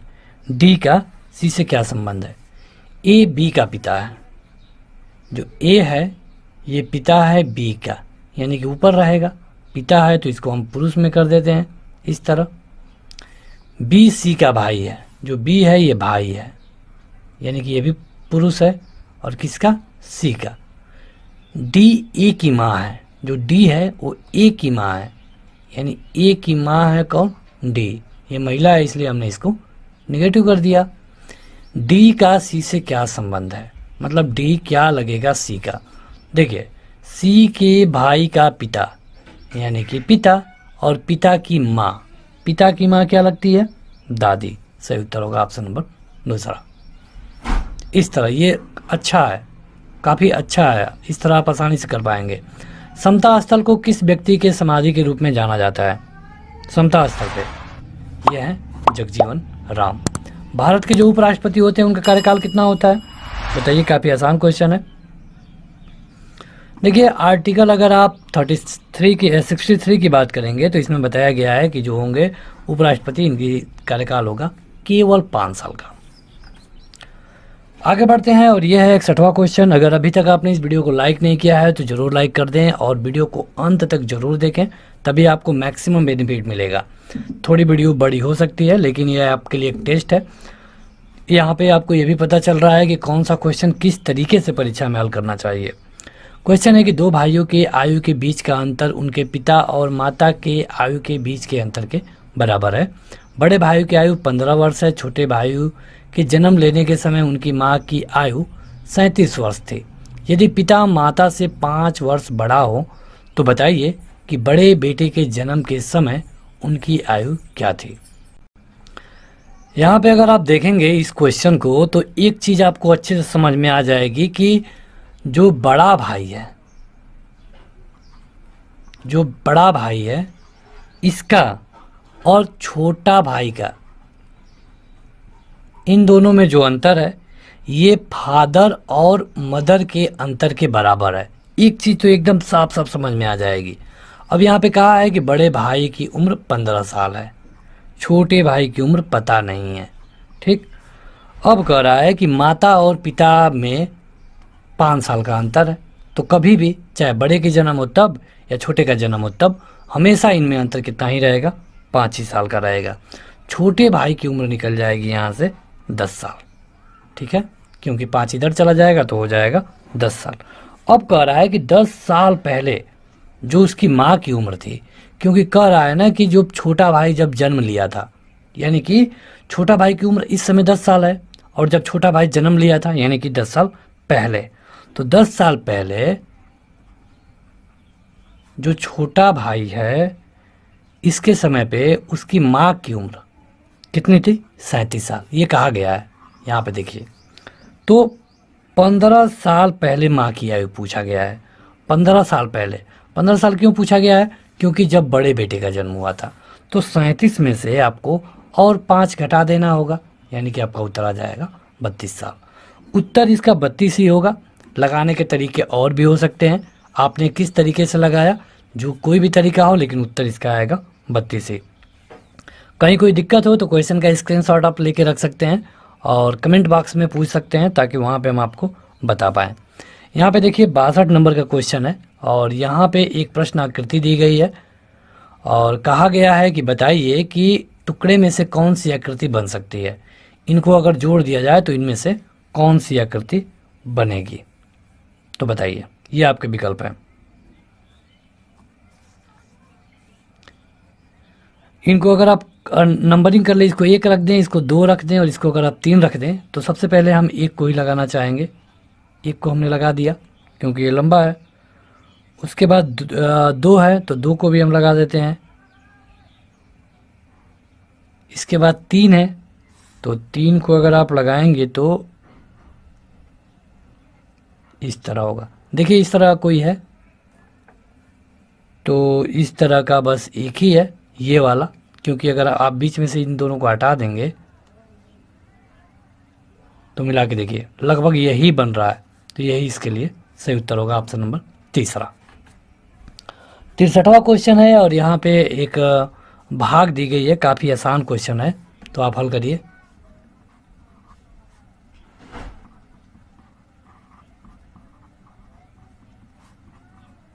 इसको सरल करना है तो 7/16 गुणे 32/28 गुणे 8/4, क्योंकि ये उल्टा कर देने पे गुणा हो जाता है। 16 दूना के 32 और 7 चौक 28, 4 दूनी के 8 और 2 दूनी के 4, 1 हो गया इसका उत्तर। 2001 में किस भारतीय मूल के व्यक्ति को साहित्य के क्षेत्र में नोबेल पुरस्कार मिला था? नोबेल पुरस्कार 2001 में किसको मिला था? ये मिला था वी.एस. नायपाल को। वी.एस. नायपाल को। इनकी एक रचना थी हाफ ए लाइफ, हाफ ए लाइफ, इसी के लिए मिला, याद रखिए।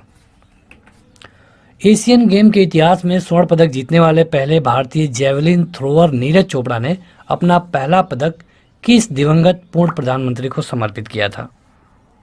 बताइए, किस दिवंगत मतलब कि किस दिवंगत प्रधानमंत्री को उन्होंने कहा कि मैं अपना पदक उनको समर्पित करता हूं? तो ये उस समय का क्वेश्चन है और ये इन्होंने किया था अटल बिहारी वाजपेयी को। 66वां क्वेश्चन देखते हैं, ये है और ये इसके योगफल में से इसको घटाना है। काफ़ी बड़ा क्वेश्चन है लेकिन आसान क्वेश्चन है। देखिए वीडियो को बड़ा होने से रोकने के लिए कई क्वेश्चनों को हम छोड़ सकते हैं क्योंकि आसान है, लेकिन आप में से कई सारे लोग ऐसे इतने महान हैं कि वो बाद में कमेंट करेंगे कि आता नहीं था इसलिए छोड़ दिया, इसलिए हल करना पड़ रहा है। सही तरीका ये होना चाहिए कि बस आपको तरीका बताया जाए ताकि वीडियो भी छोटी रहे और आपको मैक्सिमम बेनिफिट हो जाए। देखिए यहाँ पे पहले और इसको जोड़ना है। जोड़ने के लिए आपको जो चीज़ जहाँ पे है उसके नीचे लिखनी होगी। ये प्लस एक्स स्क्वायर वाई और माइनस 2xy², इनको जोड़ना है। तो जोड़ने के लिए आपको यही करना पड़ेगा। अब ये 4 हो जाएगा और इसमें से ये घट जाएगा यानी -3xy, और चूँकि ये सेम है यानी कि -2x² माइनस 2xy²। अब इसमें से घटाना है 6x² यानी कि यहाँ पे होगा 6x²। इसको घटाना है तो जाहिर सी बात है कि ये माइनस हो जाएगा क्योंकि घटाना है। अब क्या है 9yxy² यानी कि यहाँ पे तो ऑलरेडी माइनस था यानी कि ये प्लस हो जाएगा 9xy²। 3xy तो प्लस है यानी कि माइनस हो जाएगा और ये माइनस है यानी कि प्लस हो जाएगा। ठीक है, इस तरह। तो आप घटाइए, ये हो जाएगा 5 4 9। देखिए किस में +9 है, कौन सा ऐसा विकल्प है जिसमें +9 है, क्योंकि ये 9 है और ये प्लस में आया है तो बस एक ही में आया है और आप इसे ट्रिक करके आगे बढ़ सकते हैं। ये बिल्कुल सही होगा, कोई दिक्कत ही नहीं। अगर पूरा उत्तर चाहिए तो आप इसे पूरा हल करिए। 6xy और ये हो जाएगा 8x² और ये हो जाएगा +7xy²। मिला लीजिए, यही वाला उत्तर सही हो रहा है। तो काफ़ी आसान क्वेश्चन है ये। यदि एक समभुज त्रिकोण का क्षेत्रफल उस दिए गए वर्ग के समतुल्य है जिसके विकर्ण की लंबाई 120 मीटर है, तो त्रिभुज की एक भुजा की लंबाई कितनी होगी?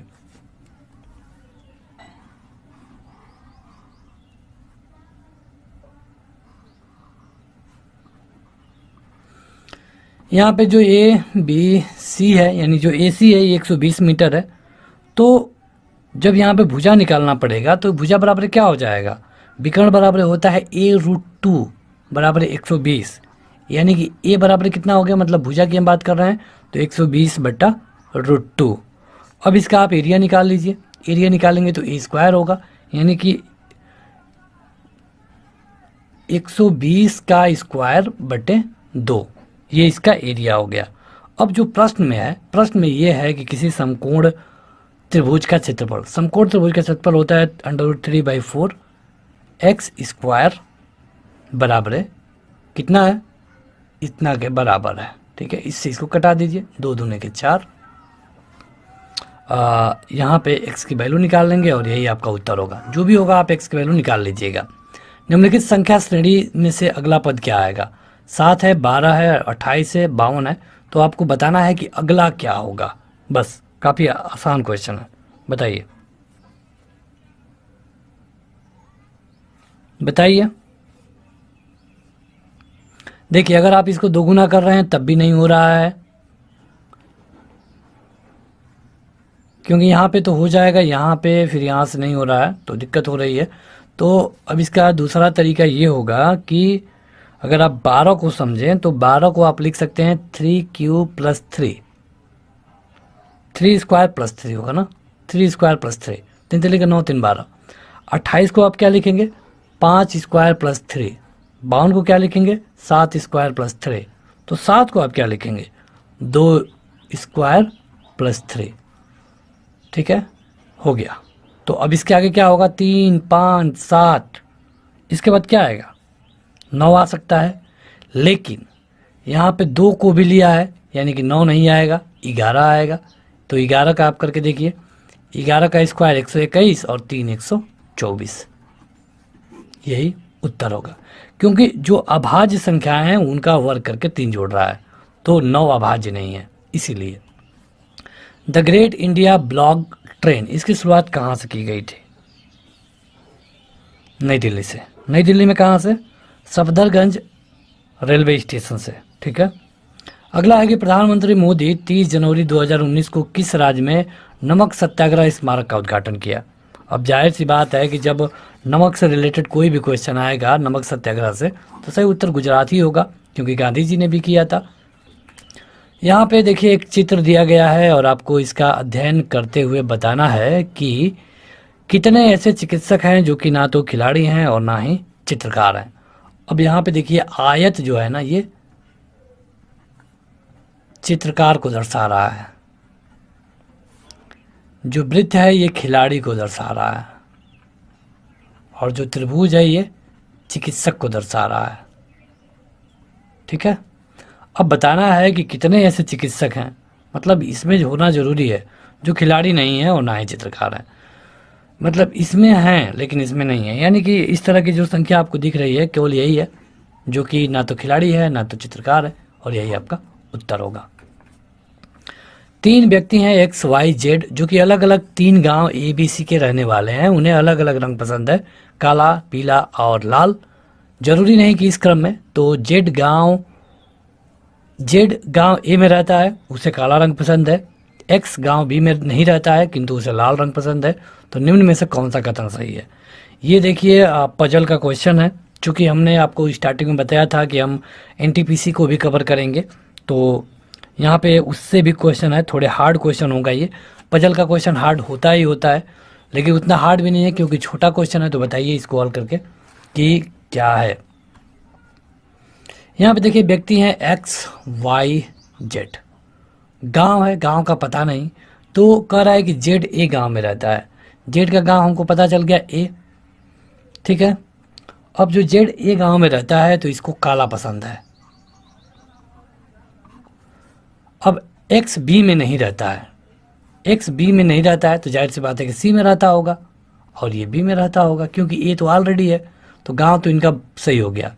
अब जो X है इसे लाल पसंद है, इसको लाल पसंद है, तो इसको कौन सा पसंद होगा, क्योंकि लाल और काला तो खत्म हो गया, तो लाल और काला के बाद एक ही बचा पीला। तो बस क्वेश्चन हल हो गया। कह रहा है कि बताइए कि इनमें से कौन सही है। तो वाई को पीला पसंद है, वाई को पीला पसंद है, ये बिल्कुल सही है। एक्स गांव सी में रहता है, एक्स गांव सी में रहता है, बिल्कुल सही है। एक्स को काला पसंद है, एक्स को काला नहीं लाल पसंद है, ये गलत है। जेड को काला पसंद है, तो ये भी सही है। यानी क्वेश्चन में कहा गया था कि जो सही नहीं होगा उसको बताइएगा, यानी कि इस हिसाब से आपका ऑप्शन नंबर सी सही होगा। 73वां देखते हैं कि यहाँ पे एक भिन्न का जो अंश है हर का आधा है, यानी कि जो अंश है वो हर का आधा है। यदि अंश में 7 की वृद्धि की जाती है और हर में 19 की कमी की जाती है तो भिन्न 2 के बराबर हो जाती है। तो बताइए कि वो भिन्न क्या है। तो पहले तो उसे आधा होना चाहिए, यानी कि जो अंश है हर का आधा है, यानी कि हर का आधा है तो हर को आप मानिए 2x और अंश को मानिए x, ठीक है, क्योंकि हर का आधा है। यदि अंश में 7 की वृद्धि की जाती है और हर में 19 की कमी की जाती है तो इस भिन्न का मान 2 के बराबर हो जाता है। बस इसी को आप हल कर देंगे, आपका उत्तर आ जाएगा, ठीक है। नहीं तो देखिए हम हल कर देते हैं। 4x माइनस 38, इसको आप इधर ले जाइए हो जाएगा 3x और इसको आप इधर ले आइए हो जाएगा 45, यानी कि x बराबर हो गया 15, यानी कि भिन्न हो जाएगी 15/30। ऑप्शन नंबर सी सही हो जाएगा। तो इस तरह काफ़ी आसान है, चाहे तो आप विकल्प से भी इसे लगा सकते थे। 18 फरवरी 2019 को किस देश के द्वारा फतह नामक एक पनडुब्बी का अनावरण किया गया। तो ये पुराना क्वेश्चन है, इसे छोड़ देते हैं क्योंकि अब तो ये पूछेगा नहीं। 18 फरवरी 2019 को किस राज्य सरकार ने संस्कृत भाषा के रूप में इसको दूसरी आधिकारिक भाषा बनाया है। तो ये भी पुराना क्वेश्चन है 2019 का, 2021 में नहीं पूछेगा, तो इसे छोड़ देते हैं। यहाँ पे देखिए मैथ का क्वेश्चन है, इतने व्यक्ति हैं, इतने दिन काम करते हैं और इतना किया गया काम इतने व्यक्तियों द्वारा इतने दिनों के काम के बराबर है, तो x का मान बताइए। कितना आसान क्वेश्चन है।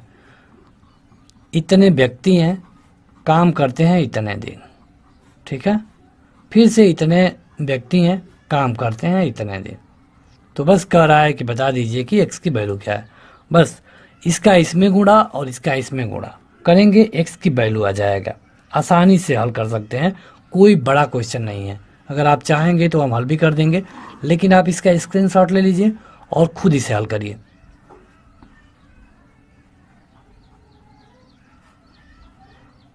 चलिए हम हल कर देते हैं ताकि कुछ लोगों को दिक्कत ना हो। नहीं तो हम ढेर सारे कमेंट ऐसे देखते हैं कि कहा जाता है कि मतलब कि नहीं आ रहा है।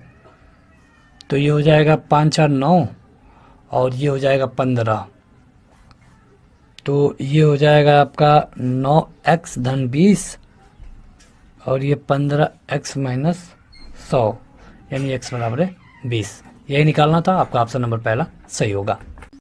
तो आगे बढ़ते हैं और ये 77 नंबर का क्वेश्चन है।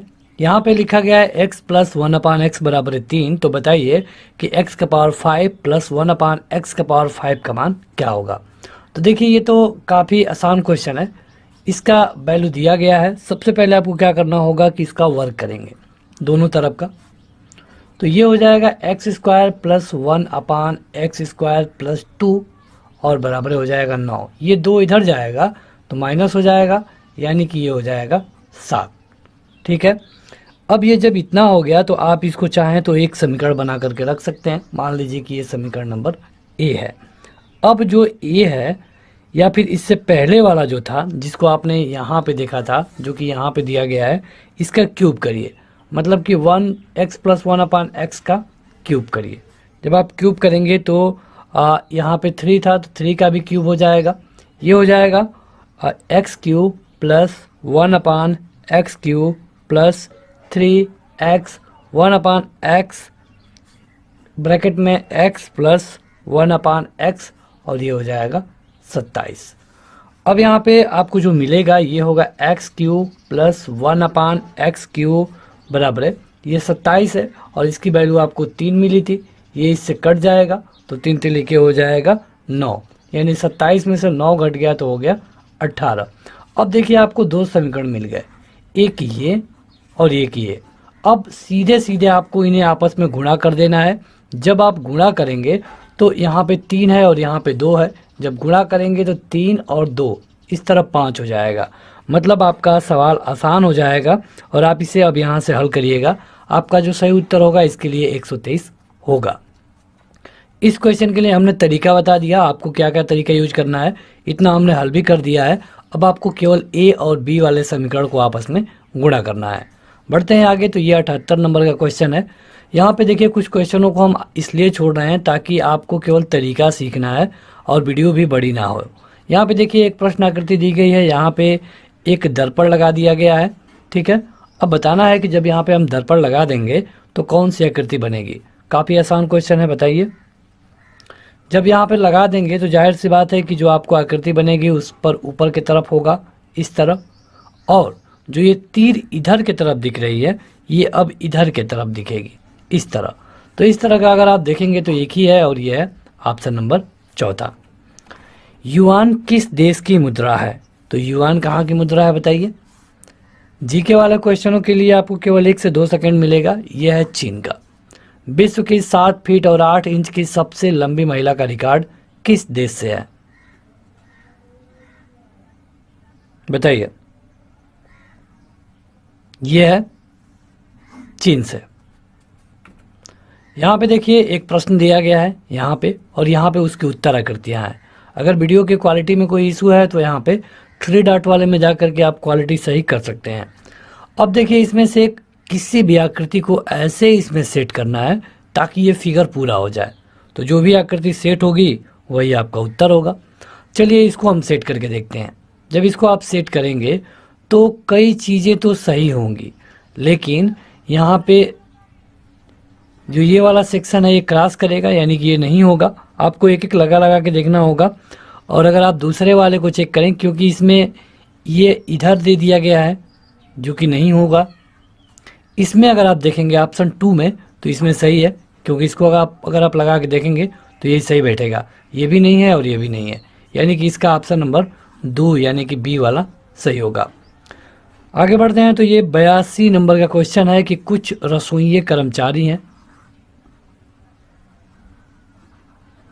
कुछ रसोइये कर्मचारी हैं, कुछ कर्मचारी मजदूर हैं, ठीक है। अब कह रहा है कि क्या सभी रसोइये मजदूर हैं। तो क्या आपको दिख रहा है कि सभी जो रसोइये हैं ये मजदूर में हैं? तो नहीं, कोई रसोइया मजदूर नहीं है, कोई रसोइया मजदूर नहीं है, ये तो आपको दिख रहा है, ठीक है, कि कोई रसोइया मजदूर नहीं है।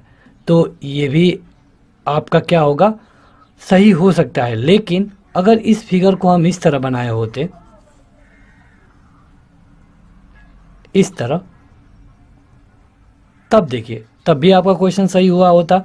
कुछ रसोइया कर्मचारी हैं और कुछ कर्मचारी मजदूर हैं, लेकिन तब ये जो सेकेंड वाला है कि कोई रसोइया मजदूर नहीं है, ये गलत हो जाता। यानी कि इस तरह की कंडीशन में आपको यही मानना होता है कि दूसरा वाला भी गलत है, पहला वाला भी गलत है, दूसरा गलत है, यानी कि सही उत्तर होगा ऑप्शन नंबर दूसरा। देखिए ये न्याय निगमन एक बड़ा चैप्टर है, यहाँ पे हम उतनी अच्छे से नहीं बता सकते आपको। अगर आपका चैप्टर पे कमांड अच्छा है तो आप इतने से ही आसानी से समझ गए होंगे। यहाँ पे देखिए 83 नंबर का कि महत्तम और लघुत्तम अभाज्य संख्याओं जो कि 100 से कम है, इनके बीच का अंतर क्या होगा। 100 से कम महत्तम अभाज्य संख्या, सबसे बड़ी अभाज्य संख्या जो कि 100 से कम है। अभाज्य संख्या वो होती है जो कि किसी भी संख्या से नहीं कटती है, खुद के अलावा और एक के अलावा किसी से भी नहीं कटेगी, तो बड़ी होनी चाहिए। तो 100 तो कटता ही है, तो 100 नहीं होगा। 99 भी कटता है 3 से, 33 से, ये भी नहीं होगा। ये हो जाएगा आपका 97। सबसे बड़ी महत्तम संख्या क्या हो गई, 97। अब न्यूनतम संख्या क्या होगी, न्यूनतम अभाज्य जो कि नीचे से हो, मतलब कि 0 तो 0 नहीं होता है, 1 भी नहीं होता है, 2 होता है। जो 2 है ये सबसे छोटा अभाज्य संख्या है। तो अब आपको इन्हीं दोनों का अंतर निकाल देना है और 97 में से 2 घटाएंगे, सही उत्तर हो जाएगा 95। इंडिया विंग्स फ्रीडम, इस पुस्तक के लेखक कौन है बताइए। ये अच्छा क्वेश्चन है 84 नंबर का। तो यहाँ पे जो आपके विकल्प है ये है कुलदीप नैयर, मौलाना अबुल कलाम आज़ाद। तो बताइए, सही उत्तर होगा मौलाना अबुल कलाम आज़ाद। रडार के आविष्कारक कौन है? रडार के आविष्कारक, ये आपके विकल्प है। तो रडार का आविष्कार किया था पीएच टेलर और लियो सी यांग ने, यानी कि ऑप्शन नंबर चौथा सही होगा। यहाँ पे देखिए क्वेश्चन दिया गया है, मैथ का आसान सा क्वेश्चन है, आपको इसे हल करना है। 1/2 जहाँ पे भगे है, जब इसको हम गुणे के रूप में करेंगे तो ये उल्टा हो जाएगा। फिर का मतलब होता है गुणा, तो यहाँ पे हम गुणा लिख देते हैं। 1/4 धन 2/3। ठीक है, तो इस तरह ये बड़ा आसान है, इसको हम बस बता देते हैं, हल करने से बढ़िया है कि बता दें।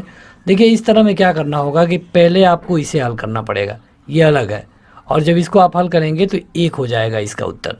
अब यहाँ पे देखिए ये समीकरण 1 में है, इसमें क्या करना होता है, पहले आपको भाग देना पड़ेगा, मतलब कि यहाँ गुणे करके लिखना पड़ेगा, फिर गुणा करना पड़ेगा, फिर जोड़ना पड़ेगा, फिर घटाना पड़ेगा। जो आप नियम पढ़े हैं, पहले भाग देना गुणा करना, ये यहाँ पे लगेगा। काफ़ी आसान क्वेश्चन है, और आप इसका हल करके हमें बताइएगा कि इसका उत्तर आपके हिसाब से क्या होगा।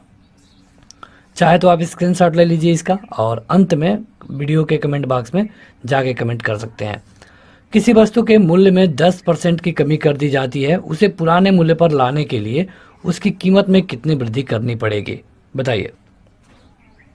देखिए कोई वस्तु 100 रुपये की है, 10% की कमी कर दी गई, यानी कि अब 90 रुपये की बिकेगी।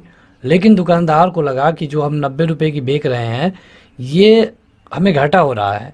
अब हम अपने ग्राहकों से कहेंगे कि नहीं, अब इसका दाम बढ़ गया है, तो लोग पूछेंगे कितना बढ़ गया है, और हम चाहते हैं कि ये 100 रुपये हो जाए। अब तो 90 को करना है 100, यानी कि कितना बढ़ाना है, कितना बढ़ाना है, 10 बढ़ाना है।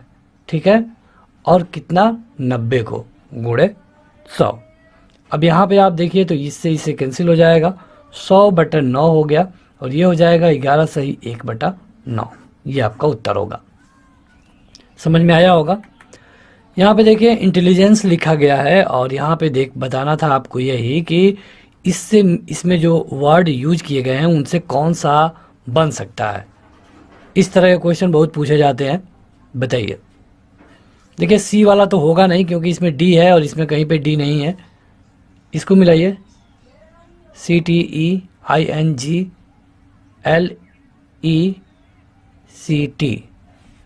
तो इसमें के कुछ तो मिल रहे हैं। यहाँ पे देखिए ये भी नहीं है, क्योंकि इसमें कहीं आर नहीं है, तो इसमें आर है तो ये भी नहीं बनेगा। यहाँ पे देखिए तो ये भी नहीं होगा, क्योंकि इसमें ए है और इसमें कहीं ए नहीं है। यानी कि जो आपका सही उत्तर होगा ये होगा ऑप्शन नंबर चौथा। केवल चौथे वाले ऑप्शन को इन शब्दों का प्रयोग करके बनाया जा सकता है। आगे बढ़ते हैं, तो ये है 89 की नमी को मापने के लिए किसका प्रयोग करते हैं? आपके ऑप्शन है लेक्टोमीटर, पोलोरामीटर, थर्मामीटर या फिर हाइग्रोमीटर। सही उत्तर होगा हाइग्रोमीटर। जब बर्फ को 0 से 10 डिग्री तक गर्म किया जाता है तो जल के आयतन में क्या असर पड़ेगा? मतलब कि एक गिलास एकदम भरा भरा हम जल लिए हैं 0 डिग्री सेंटीग्रेड पे, जब इसको हम गर्म करना शुरू करेंगे तो क्या होगा? क्या कोई फर्क नहीं पड़ेगा, या फिर ये पानी इसमें से गिरने लगेगा? ये आपको बताना है। काफ़ी आसान क्वेश्चन है। देखिए क्या होगा कि 4 डिग्री टेम्परेचर तक पहले इसका ये बढ़ेगा, बाद में घटेगा, मतलब कि बाद में कम हो जाएगा, यानी कि सही उत्तर होगा ऑप्शन नंबर दूसरा। आगे बढ़ते हैं, देखिए यहाँ पे 91 से लेके 92 दो क्वेश्चनों को इसमें ऐड करके लगाना है। यहाँ पे कथन दिया गया है, कथन और कारण दोनों सत्य हैं, और कारण कथन की उचित व्याख्या करता है। ठीक है, यहाँ पे देखिए कथन है कि भारतीय संविधान 26 जनवरी 1950 को लागू हुआ। कथन को आपको हमेशा सही मानना होता है। कारण है कि 26 जनवरी को हम गणतंत्र दिवस के रूप में मनाते हैं। तो बताइए क्या ये सही है, क्या उसकी व्याख्या कर रहा है? तो बिल्कुल बिल्कुल कर रहा है, क्योंकि 26 जनवरी 1950 को संविधान इसलिए लागू हुआ क्योंकि 26 जनवरी को ही हम क्या हुए थे? गणतंत्र हुए थे। यानी इसके लिए जो आपका ऑप्शन नंबर पहला है सही होगा। 91 का ए सही है। अब 92 नंबर को देखेंगे, खून का लाल रंग हीमोग्लोबिन के कारण होता है। ये कथन है। हीमोग्लोबिन लाल रक्त कण होता है। तो बिल्कुल देखिए, खून जो आपको लाल दिखता है ना, ये हीमोग्लोबिन के कारण ही दिखता है। और हीमोग्लोबिन हरा या पीला नहीं दिखता, वो लाल ही दिखता है। यानी कि इसके लिए भी 92 के लिए भी आपका पहला वाला ऑप्शन सही होगा। यहाँ बढ़ते हैं 93 नंबर पे, और यहाँ पे देखिए दीपक और प्रदीप की वर्तमान आयु दी गई है 3/5। इनकी आयु का योग 80 है, तो 10 वर्ष बाद उनकी आयु का अनुपात क्या होगा। काफ़ी आसान क्वेश्चन है। देखिए इनकी आयु को जोड़ने पर हो रहा है 80, लेकिन अगर यहाँ पे आप जोड़ के देखें तो ये होता 8 हो रहा है। यानी कि आपको पता चल जाना चाहिए यहाँ पे ऑटोमेटिक कि इनकी उम्र होगी 30 और इनकी उम्र होगी 50। एक तो ये 60 तरीका है, मतलब आप सोच के लगा सकते हैं कि मतलब कि दो लोगों की उम्र दिया है 3/5 और दोनों को जोड़ने पे हो रहा है 80, लेकिन हम जोड़ रहे हैं तो हो रहा है 8, यानी कि ये 30 होगा और ये 50 होगा। तो अगर आप इस तरह सोच सकते हैं तो आपके लिए क्वेश्चन काफ़ी आसान हो जाएगा। अब ऐसा नहीं है कि इसका हल करने का कोई तरीका नहीं है, आप चाहें तो एक्स मान के लगा सकते हैं, लेकिन वो काफ़ी बड़ा होगा। तो जब आपको उम्र पता चल गई तो आप कह रहे हैं कि 10 साल बाद उनकी उम्र का अनुपात क्या होगा। 10 साल बाद ये 40 साल के हो जाएंगे और 10 साल बाद ये 60 साल के हो जाएंगे। यानी कि आपका सही उत्तर होगा 2/3, ऑप्शन नंबर पहला। कितना आसान क्वेश्चन है। यहाँ पे देखिए जो 94 नंबर का क्वेश्चन है कि न्यूनतम ज्वलनशील रेशा फाइबर इनमें से कौन है। इनमें से नायलॉन, पॉलिएस्टर, कपास या फिर टेरिलीन। सही उत्तर होगा टेरिलीन। अगला है कि बलुई पत्थर किस में रूपांतरित हो जाता है। बलुई पत्थर, जो बलुई पत्थर है ये अपना रूप बदलता है तो किस में जाता है ये आपको बताना है। ये जाता है क्वार्टर्स में। देखिए अगर अभी तक आपने इस वीडियो को लाइक नहीं किया है तो ज़रूर लाइक कर दें, और अगर आप इसका बी वाला पार्ट देख रहे हैं तो ए वाले पार्ट का लिंक वीडियो के डिस्क्रिप्शन में मिल जाएगा। यहाँ पे देखिए x-14 सही 5/22, 5 सही 10/11, 8 सही 3/22, 0.5 सही 20/22। अब ये दोनों बराबर हैं तो आपको बता देना है कि यहाँ पे जो x है इसकी वैल्यू क्या होगी। तो ये कोई क्वेश्चन बड़ा नहीं है, कोई बड़ा क्वेश्चन नहीं है, बस आपको थोड़ा टाइम देना पड़ेगा हल करने के लिए। जैसे कि x को इधर ही रहने दीजिएगा, जब ये 14 इधर जाएगा बराबर के तो ये प्लस हो जाएगा, यानी कि 14 को एक जगह ऐड करिए। ये प्लस है तो ये जाएगा तो माइनस हो जाएगा, ये प्लस है तो ये प्लस ही रहेगा, और ये माइनस है तो ये माइनस ही रहेगा। एक बार इन लोगों को जोड़ लीजिए, ठीक है, और एक बार जो बटे वाले हैं मतलब 5/22, इस तरह 10/11 माइनस में जाएगा तो इनको जोड़ लीजिए। बस इसको आप हल करेंगे और x का मान निकल जाएगा। इसमें कहीं पर कोई भी ट्रिक नहीं है, जो ट्रिक था हमने बता दिया है कि आपको इस तरह करना है। यहाँ पे देखिए ये भी क्वेश्चन काफ़ी आसान है कि इसका मान बताना होगा √80। बताइए।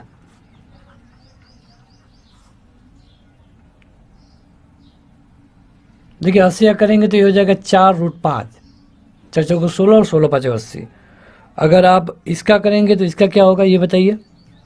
ये भी 7√5 होगा, 3 पहले से था तो गुणा हो जाएगा, और इसका क्या होगा 5√5 हो जाएगा। अब देखिए सब में 5 है तो 5 को आप कॉमन ले लीजिए, 4 और 21 माइनस 5, 21 4 25 घटा देंगे हो जाएगा 20, यानी कि 20√5 ही आपका उत्तर होगा। कितना आसान क्वेश्चन था। आगे बढ़ते हैं 98 नंबर का क्वेश्चन है कि यहाँ पे फरीदाबाद, गुरुग्राम और नोएडा इनको दिया गया है, आपको बताना है कि इनमें से कुछ कॉमन है तो बताइए। देखिए अगर कोई स्टेट का नाम दिया गया होता तो कुछ कॉमन भी होता। फरीदाबाद भी एक शहर है, गुरुग्राम भी एक शहर है और नोएडा भी एक शहर है, यानी कि इसके लिए आपका ऑप्शन नंबर पहला सही होगा। तो अगला और 99 नंबर का क्वेश्चन है कि सोडियम बाइकार्बोनेट का वाणिज्यिक नाम क्या है, बताइए। सही उत्तर होगा बेकिंग सोडा। Na2CO3 को बेकिंग सोडा बोलते हैं। अंतिम क्वेश्चन कि चंद्रमा पर कोई अंतरिक्ष यात्री नली की सहायता से नींबू का शरबत क्यों नहीं पी सकता है। 4 विकल्प आपके स्क्रीन पर है। चंद्रमा पे आप नली की सहायता से क्यों नहीं पी सकते हैं, और बस उसका एक ही कारण है, त्वरण तो होता ही है, वहाँ पे वायुमंडल नहीं होता है। ऑप्शन नंबर बी सही होगा। आज के इस वीडियो में इतना ही। वीडियो को लाइक करने के साथ हमें कमेंट करके बताएं कि आपने कितना सही किया। आपको पता होगा कि हर एक क्वेश्चन के लिए 1 नंबर मिलता है और गलत क्वेश्चन के लिए 1/3 माइनस मार्किंग रखी जाती है। अगर इसमें आपका स्कोर 60 प्लस आता है तो आप ये मान सकते हैं कि आपकी तैयारी आगामी परीक्षा के लिए काफ़ी अच्छी है।